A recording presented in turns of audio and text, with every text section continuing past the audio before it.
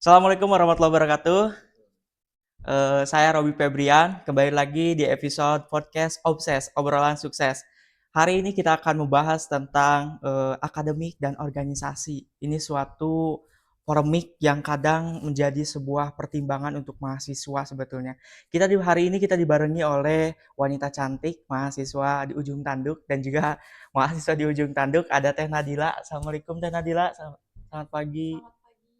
Ya, ada juga Kang Puja. Assalamualaikum, selamat pagi Kang. Waalaikumsalam, selamat pagi. Bagaimana nih kabarnya? Alhamdulillah. Alhamdulillah baik Baik-baik sekali. saja apa tidak baik-baik saja nih? Mengerjakan skripsi. Oke. Nah, gini ya Teh, kalau jujur kita berbicara tentang akademik dan juga organisasi. Menurut aku itu penting banget ya, karena memang dua-duanya juga balance. Tapi terkadang ada juga mahasiswa yang terkena dilema antara akademik dan juga organisasi. Di samping itu akademik kita butuh IPK yang tinggi karena syarat inilah syarat itulah gitu. Di negara kita kan kalau misalkan mau kerja IPK tinggi itu sangat dilihat banget gitu untuk diraup suatu perusahaan tersebut. Atau misalkan organisasi juga itu menjadi sebuah channel untuk relasi kita kan berjejaring gitu. Nah, menurut Teh Nadila sendiri nih, bagaimana akademik dan organisasi atau pengalaman menurut Teh Nadila terkait organisasi yang memang dalam sekarang itu berkuliah gitu posisinya? Boleh Teh. Eh, Menurut saya, organisasi itu penting, tapi akademik juga nggak kalah Hmm. pentingnya. Nah, keduanya tuh harus berbarengan kalau menurut aku. Kayak akademik maju, organisasi juga bisa aja jadi Hmm. penunjang akademik. Hmm. Kayak semisal dalam organisasi kita mengadakan acara-acara yang acaranya tuh menunjang akademik juga, kayak Oke. gitu. Kalau boleh tahu nih organisasi apa yang diikuti oleh seorang Nadila? Eh, aku pas awal semester itu ikutan PMII. Oke. Nah, PMI itu apa ya? Pergerakan Mahasiswa Islam Pergerakan Indonesia. Mahasiswa Islam, bukan Palang Merah Indonesia Indonesia. ya? Bukan. PMI itu. Oke. PMII ini ada Ya, Islamnya berarti ya ujungnya. Oke, ya. terus deh. Nah, waktu itu emang bener-bener masih Mm-mm. polosan ya, nggak bisa apa-apa. Tapi ya di situ berjalan gitu, nikmatin prosesnya Mm-mm. sedikit-sedikit ada perkembangan. Oke. Nah, terus pas akhir semester 2 ikut BEM. Oke, BEM Nah, juga. aku di BEM 2 periode, di semester Hmm, berikutnya ikut juga BEM. Tuh. oke. Kalau Kang Puja nih, dari Kang Puja, menurut Kang Puja organisasi ini seperti apa, Kang? Mungkin kalau untuk saya ya berbicara masalah organisasi dan akademik ya. Oke. Mungkin dari saya pribadi itu semuanya harus balance. Jadi Oke. organisasinya dapat, akademiknya dapat. Mhm. Nah, mungkin kalau untuk diri saya pribadi untuk masalah akademik itu saya selalu mendahulukan Mhm. ketimbang organisasi karena Betul. pada dasarnya kita masuk ke Sekolah Tinggi Hukum Galunggung ini untuk memenuhi kewajiban kita sebagai Mhm. Mahasiswa, mahasiswa. oke. Jadi saya lebih mengutamakan kewajiban dulu Berkuliah. terhadap Oke. kampus atau berkuliah. Mhm. Nah, di samping perkuliahan tersebut bisa disisihkan dengan Organisasi. organisasi. Oke. Nah, mungkin untuk organisasinya lebih ke bonus kita untuk berelasi, menambah ilmu yang di luar dari kampus ataupun dari Oke, dalam betul. kampus. Mungkin seperti itu. Nah, boleh diketahui organisasi apa nih? Kayaknya memakai atribut yang Nah, aneh gitu untuk pertemuan kita kali ini. ya Boleh dijelaskan, Kang? ya untuk atribut mungkin ini sudah menjadi kalau bagi saya pribadi sudah Betul. menjadi darah daging lah istilahnya untuk Oh, atribut. Memang kami dari UKM Mapala Guntapala ketika setiap mengadakan suatu acara formal atau non mhm. formal kita selalu membawa Pakai ini. identitas. Oke. Ya, ini selebihnya sebagai identitas saja. Oke. Sebagai saya Mapala Guntapala seperti itu Oke. aja. Sedikit nih Kang, boleh diceritakan apa itu Mapara Guntapala? Mapala Guntapala itu mahasiswa pencinta alam Galunggung Tasikmalaya Oke. yang Itu didirikan singkatan dari ya Mapala. Mapala Oke. Guntapala ya. Mapara Ya Guntapala. kalau untuk Mapalanya mahasiswa pencinta alam, lebihnya Oke. seperti Oke. itu. Oke. Berarti di sana kita tentang alam-alam gitu, belajar Alam-alam, tentang alam. selebihnya sih kalau untuk membahas alam itu bonusnya ya, Bonusnya. tapi, lebih balance dengan alam mungkin ya, Oke. tapi di sisi lain kita tidak berbicara tentang alam saja gitu. Oke. Tadi Kang Puja sempat menyinggung tentang bahwasanya akademik dan juga organisasi itu harus balance. Nah, Iya, untuk terkait waktu nih Kang, bagaimana cara membaginya gitu?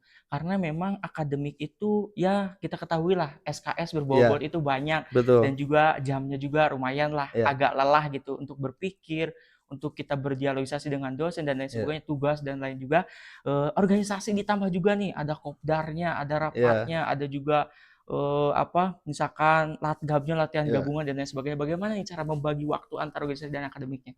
Ya kalau untuk berbicara masalah waktu memang dua-duanya dibilang padat ya. Nah Mhm, mungkin, tergantung kita menyikapi, daripada waktu tersebut. Kalau saya punya prinsip, utamakan dulu di antara 2, yang pertama, mana yang lebih penting dan oke. mana yang lebih genting. Nah saya selalu memakai Penting dan prinsip genting. 2 itu. Jadi kita harus bisa membedakan penting dan genting. Nah mungkin untuk di bidang akademik dibilangnya ini sangat genting karena Oke. menyangkut perkuliahan Mhm, untuk masa depan. Nah mungkin kalau untuk organisasinya itu lebih ke penting. Jadi, oke. untuk waktu saya selalu membagi, utamakan dulu kewajiban di Sekolah Tinggi Hukum Galunggung sebagai mahasiswa. Baru, keduanya organisasi. Nah mungkin seperti itu untuk Oke. membagi waktu. Tadi saya tertarik dengan kata-kata penting dan genting ya. Ya, Nah, kalau menurut Akang Puja sendiri ini organisasi itu seberapa penting sih? kalau bagi saya ya untuk berbicara organisasi, kalau menurut saya itu penting karena apa, ketika kita masuk perkuliahan, mau di manapun itu kuliahnya, Mhm, kalau kita tidak, berikut organisasi ya di dalam kampus, sayang sekali itu. Waktu oke. kita terbuang dengan cuma-cuma lah Mhm, istilahnya. Jadi, dulu saya punya prinsip, saya masuk kuliah tidak mau masuk organisasi apapun, mhm. tapi setelah dilihat semakin jauh, oh ternyata organisasi itu mengandung banyak manfaatnya. Oke. Yang pertama itu bisa dijadikan, pelajaran di sehari-hari lah istilahnya. Jadi, bagi saya organisasi sangat penting karena kenapa, kita bisa belajar, atau bertukar pikiran Betul. dengan, sesama organisasi lain atau mahasiswa-mahasiswa yang lain juga, seperti itu. Nah, kalau Teh Nadila sendiri nih, boleh versi Teh Nadila versi ceweknya ya. Boleh. Kalau tantangan terbesar dalam organisasi itu sendiri untuk membagi waktu bagaimana nih Teh? Tantangan terbesarnya itu pada saat mata kuliah bentrok sama acara organisasi, ya. Oke, betul. Jadi kayak bingung kan, Mhm, pasti dua-duanya tuh, aduh ini mau pilih yang mana, dua-duanya penting. Nah, betul. tapi kan kalau Puja tuh pakai Iya. genting dan penting, Oke. kalau aku tuh selalu bikin piramida prioritas. Jadi Oke, mana dulu yang piramida. lebih didahulukan. Nah, betul, karena kewajiban mahasiswa itu. Karena ya sebagai mahasiswa tuh kan kewajibannya kuliah juga Mhm, ya, akademik. Nah, aku juga mendahulukan akademik. Nah, tapi biasanya kalau semisal bentrok, mhm. nyari solusi yang emang dua-duanya tuh harus bisa jalan gitu kalau aku. Bagaimana tuh Nah, caranya bisa dua-duanya jalan contohnya Teh? tuh kayak gini, waktu itu kan pernah Oke. acara BEM ya, Ya. terus bentrok sama matkul, pasti Mhm. pernah dong Iya ngerasain? iya, betul. Nah, kayak waktu itu, udah ada job desk-nya kan, jadi beresin dulu job desk, habis beresin job desk, masuk ke kelas buat ikut matkul, selesai itu karena acaranya belum selesai, naik lagi, kayak Mhm. gitu paling. Oke. Terus kalau menurut Teteh nih, seberapa penting sih organisasi itu untuk mahasiswa? Penting banget karena organisasi itu bisa jadi tempat buat kita mengembangkan diri, buat, Oke. belajar berdinamika, terus juga mencari solusi bareng-bareng kan. Kayak betul menghadapi situasi kehidupan sehari-hari juga. Nah, jadi kayak di organisasi itu kita belajar berdinamika dan juga belajar menemukan, solusi.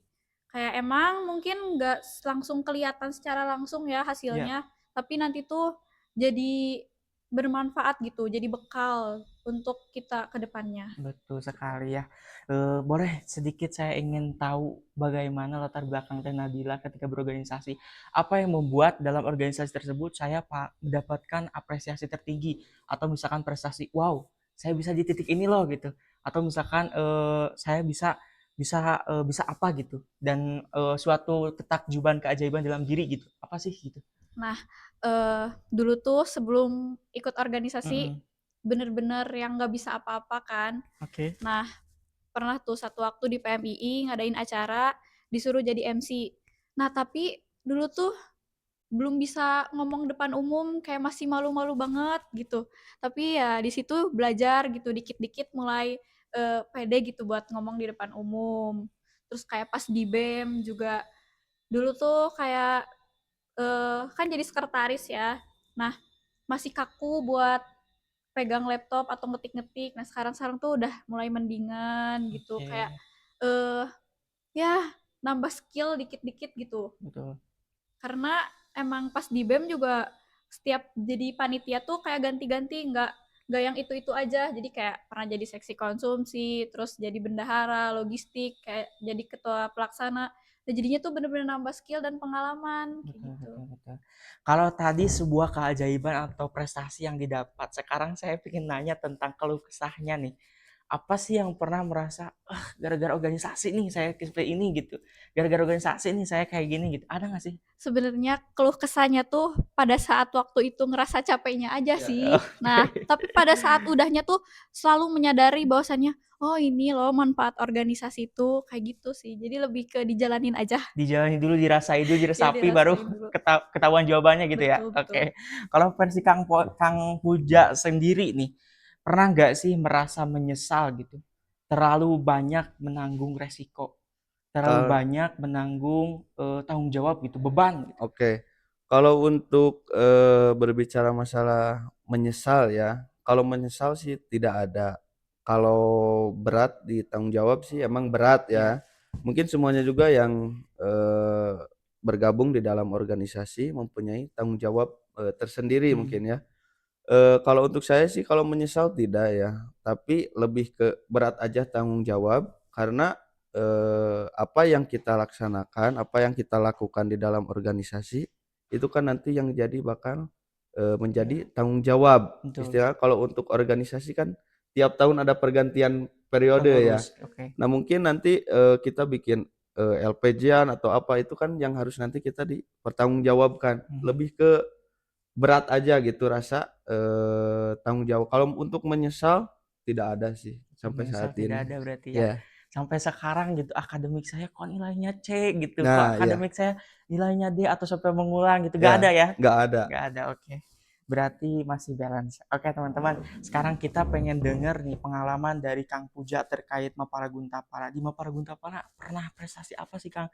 Yang sehingga Kang tuh merasa, wah saya gara Mapara Guntapala nih bisa seperti ini gitu.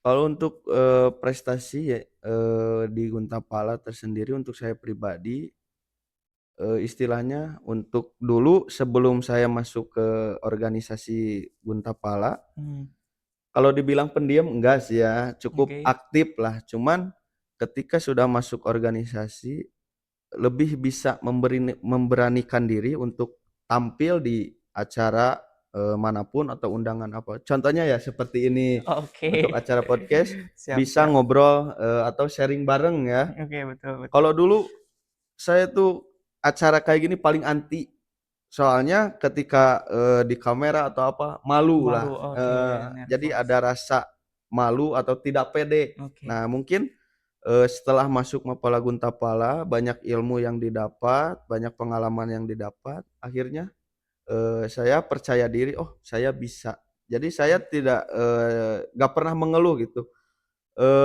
capek boleh, cuman ngeluh jangan, oke, mungkin betul. seperti itu. Di tiap orang juga kan, ketika berorganisasi pasti capek lah ya, Betul, betul. harus ini, harus itulah, Iya, tapi di sisi lain kalau ngeluh terus kan kapan jalannya betul gitu. sekali. Siap Cuman aja. kalau capek bolehlah, kalau capek wajar, namanya juga manusia punya Ya, capek gitu. Tapi, jangan sampai mengeluh lah, oke. seperti itu. Nah, boleh nggak cerita sedikit tentang Mapala Guntapala di sana, apa terkait kegiatannya, terus apa kesehariannya ngapain aja, terus latihannya bagaimana, terus cara apa cara nge-manage apa di kampusnya seperti apa, apakah berdampak untuk kampus gitu atau hanya di luar kampus aja Ya. gitu. Nah, mungkin kalau untuk, lebih ke agenda acara mungkin Oke, ya, ya.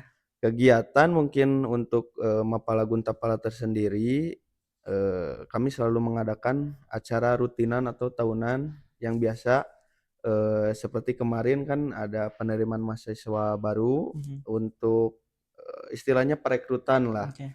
Itu mungkin udah jadi, agenda rutin Hmm, kami. Nah, mungkin untuk di luar agenda rutin, kami selalu mengadakan, ruang-ruang diskusi bersama anggota yang lain tentang, kepecinta alaman, terus, kerusakan alam lah intinya seperti oke. itu.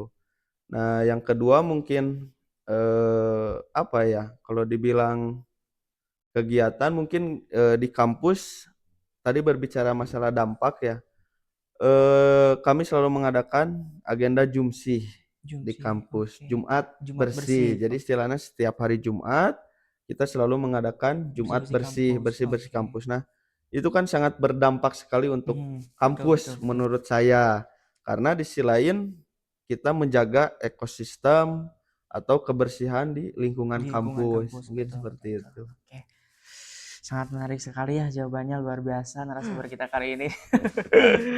Dari Teh Nadila sedikit nih terkait tadi apa PMII ya, Pergerakan Mahasiswa Mahasiswa Islam Islam Indonesia. Indonesia. Boleh nggak sih ceritain PMI itu apa gitu? Terus apa kegiatannya seperti apa aja? Setahu saya kalau PMI itu yang suka demo-demo di jalan, bener Nah, nggak sih gitu? Yang selalu tentang demonstrasi gitu terus. Boleh sedikit?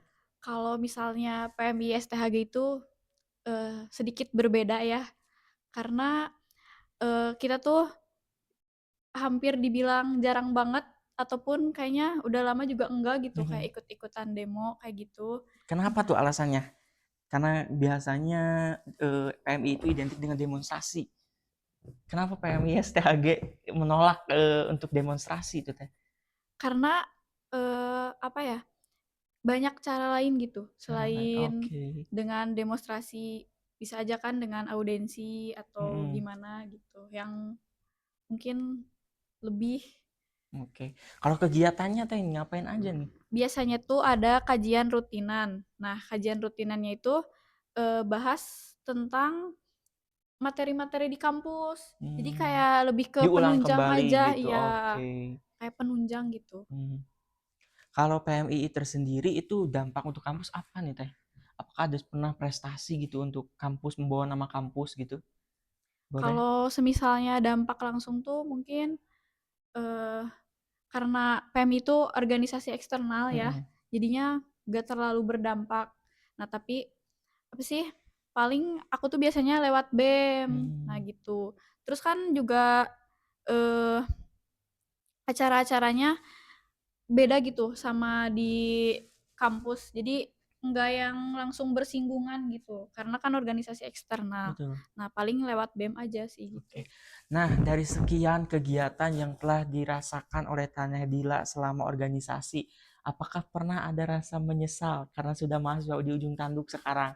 Misalkan, wah nilai saya C nih sekarang, wah nilai saya D, perlu perubahan dan lain sebagainya. Pernah nggak sih? Aku kalau buat menyesal, nggak sama sekali menyesal, Oke. justru kayak, bersyukur banget gitu ikutan organisasi.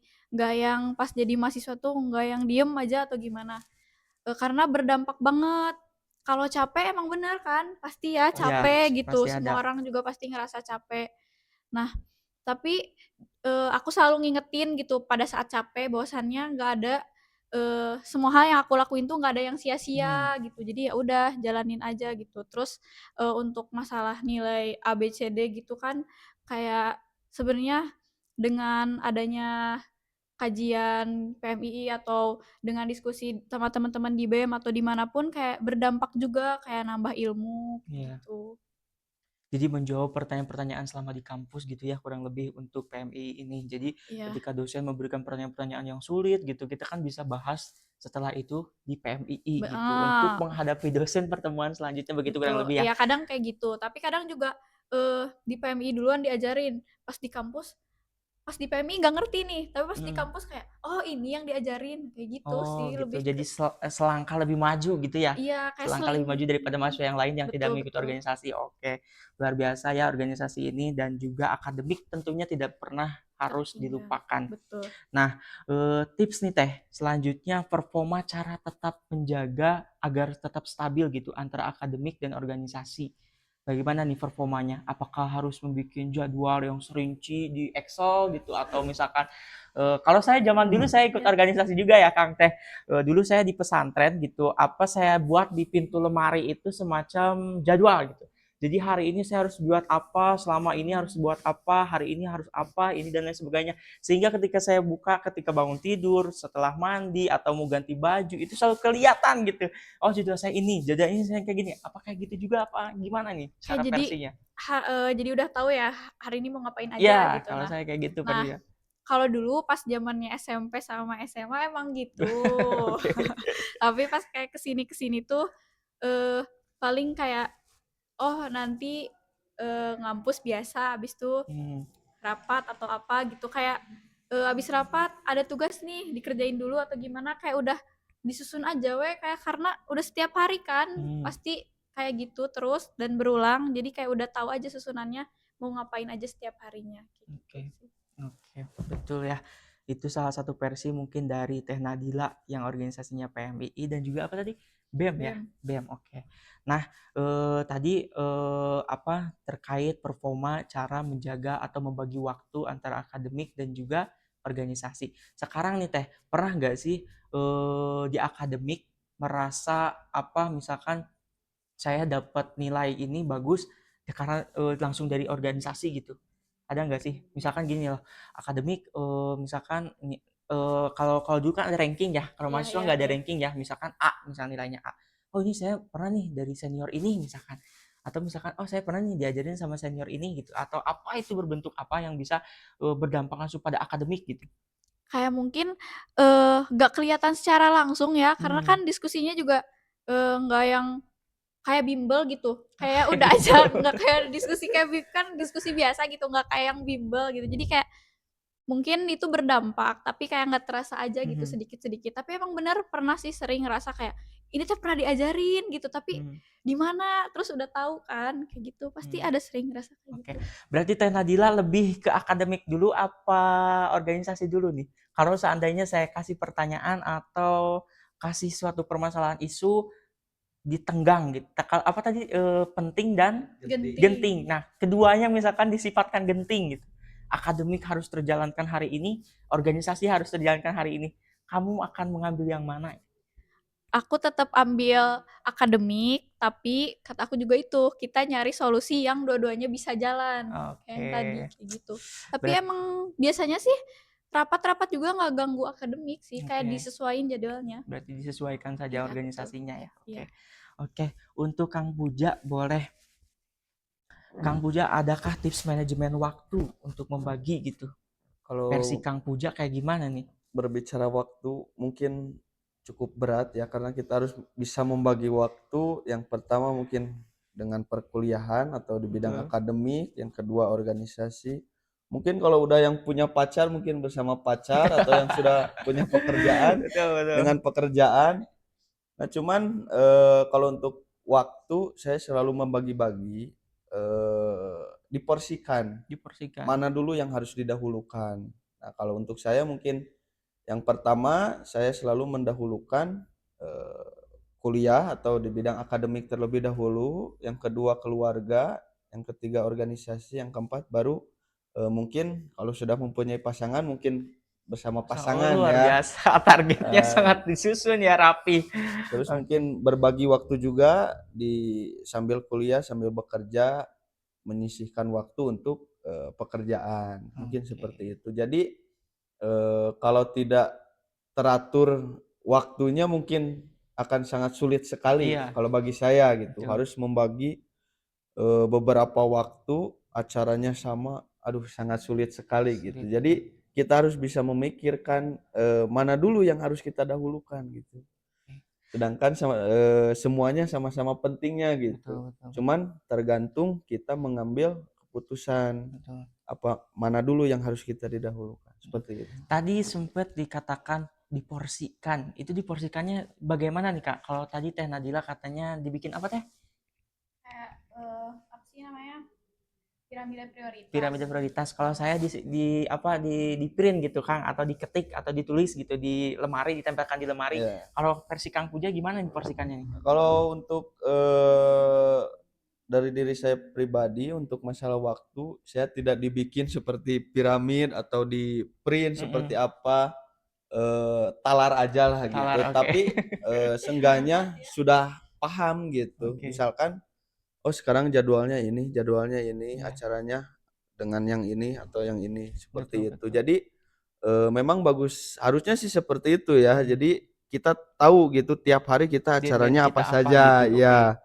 Lebih ke kayak rundown kayak gitu. Betul, betul. Nah, kalau saya lebih baik ditalar aja ya, karena aduh ngerasa gimana ya, bingung nulisnya Oke, gitu. oke. Jadi lebih baik ditalar aja, tapi diri sendiri mengetahui gitu, Hmm. apa saja nih untuk hari ini gitu acaranya, seperti itu sih. Oke, sangat luar biasa. Nah, Kang Puja nih, pesan apa nih yang akan dititipkan kepada mahasiswa di luar sana untuk bisa balance antara akademik dan juga organisasi? Nah, Boleh. untuk pesan mungkin untuk mahasiswa Sekolah Tinggi Hukum Galunggung ataupun mahasiswa yang di luar sana mungkin ya untuk masalah membagi waktu, saya selalu tekankan kepada anggota saya mungkin di Guntapala khususnya, saya selalu menekankan utamakan dulu kewajiban kamu di dalam kampus yaitu kuliah. Jangan selalu kamu mengunggulkan dulu organisasi ketimbang akademik. Nah, Betul. mungkin seperti itu. Jadi saya punya prinsip itu, oke dahulukan dulu nih kuliah. Karena kita masuk ke kampus ini kan untuk menuntut ilmu Betul. gitu, bukan untuk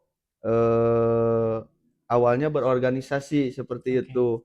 Jadi dahulukan dulu kewajiban kita sebagai mahasiswa di sini. Karena orang tua kita itu berharap kita masuk kuliah itu mendapatkan nilai yang bagus.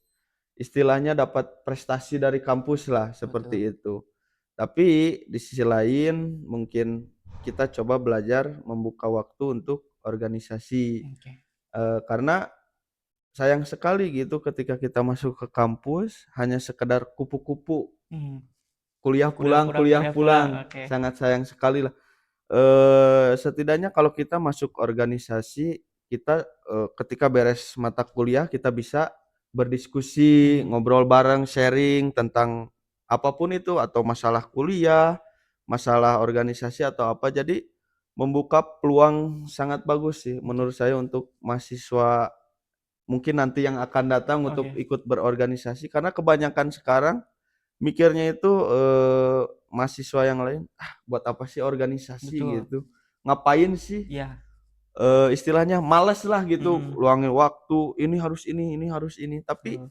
di sisi lain tersebut, efeknya itu sangat terasa gitu di Hmm. kehidupan sehari-hari. Oh, benar, ternyata di organisasi seperti ini, ketika, di kehidupan sehari-hari sangat terasa, berdampak gitu. Oke. Apa yang didiskusikan di dalam organisasi itu sangat berdampak pada diri sendiri, Oke. seperti itu. Kalau benefit nih, berbicara tentang benefit apa nih kalau misalkan mahasiswa masuk organisasi? Nah, kalau untuk benefit ya, untuk mahasiswa masuk organisasi, yang pertama mungkin menambah wawasan atau Wawasan. ilmu ya, yang kedua mencari atau mempunyai relasi yang cukup Cukup. istilahnya ya. Terus yang ketiganya lebih bisa mempunyai pikiran yang lumayan up lah gitu. Oke. Jadi tidak hanya stuck di situ-situ saja. Karena kan kebanyakan orang ketika berdiskusi kan ada yang ngomong, ada yang enggak gitu Oke, kan betul. karena merasa oh saya malu kalau ngomong gitu. Hmm. Tapi kalau saya pribadi dulu masuk organisasi manfaatnya istilahnya jadi berani tampil lah gitu, Oke. berani beda gitu. Yang dulunya seperti apa ya, atau pendiam atau apa, sekarang jadi berani untuk tampil, istilahnya menonjolkan, bakat kita yang terpendam, seperti itu aja sih. Itu berarti salah satu alasan Kang Puja untuk ikut organisasi gitu, Nah, dulunya seperti seperti itu. itu. Oke. Boleh Teh Nadila nih, pesan apa yang akan Teh Nadila sampaikan untuk mahasiswa di luar sana, baik mahasiswa baru atau mahasiswa yang lama yang tidak mengikuti organisasi? Pesannya yang belum ikut organisasi atau untuk yang baru mau mulai, coba ikutan, walaupun emang awalnya pasti bingung ya mau mulai dari Betul. mana atau apa, tapi dengan organisasi itu kita nggak cuman bisa dapet wawasan yang lebih ataupun relasi yang lebih, tapi juga ada pembelajaran-pembelajaran yang nantinya bisa jadi bekal. Betul. Jadi, ayo coba dulu berorganisasi gitu. Benefit apa nih Teh? Kalau misalkan harus ikut organisasi, benefit apa yang akan mereka dapatkan gitu? Kalau benefit ya menurut aku itu kan mereka, berarti tergantung dari proses yang mereka lakukan juga. Oh, ini sedikit beda nih Iya, versinya teman-teman. Sesuai kan? dengan apa yang mereka lakukan juga. Betul, betul Oke. juga. Karena kalaupun semisal kita berorganisasi tapi tidak mengikuti prosesnya, tidak bersungguh-sungguh atau apa, belum tentu kita mendapat ilmu yang lebih ataupun mendapat relasi. Oke. Tapi juga semua tergantung sama proses yang kita ikutin, gitu sih menurut aku. Oke, menarik sekali ya teman-teman pembicaraan dari pembicara kita narasumber kita ini. Terkadang dilema juga antara akademik dan mahasiswa ini kerap menghantui mahasiswa di setiap waktu, di setiap saat, di setiap detik, menit, jam, hari, bulan, dan tahun ya selalu kepikiran karena terkadang kita sudah mantap-mantapnya organisasi nih. Wah, akademik saya tertinggal gitu. Kadang kita sudah benar-benar kepada akademik, wah saya nggak dapat relasi gitu kan. Terkadang ada seperti itu. Dilema itu selalu menghantui pada mahasiswa. Nah, sobat-sobat Sobat Obses di rumah sekalian, bagaimana nih menurut kalian? Apakah kalian lebih ke akademik kah? Atau lebih ke organisasi kah? Atau justru malah menjadi dua-duanya harus menjadi aktif nih? Aktif di akademiknya juga bagus, aktif di organisasinya juga bagus. Silahkan sharing di kolom komentar kita. Dan juga jangan lupa like dan subscribe channel kita. Untuk hari ini mungkin kita membahas tentang akademik dan organisasi ini harus balance ya Teh Kang, betul. Jadi harus setara, organisasinya terstruktur, akademiknya juga sistematis. Oke, terima kasih. Saya Robi Febrian sebagai host kali ini dan juga narasumber kita kali ini ada Teh Nadila dan Kang Puja. Pamit undur diri. Wassalamualaikum warahmatullahi wabarakatuh. Oke,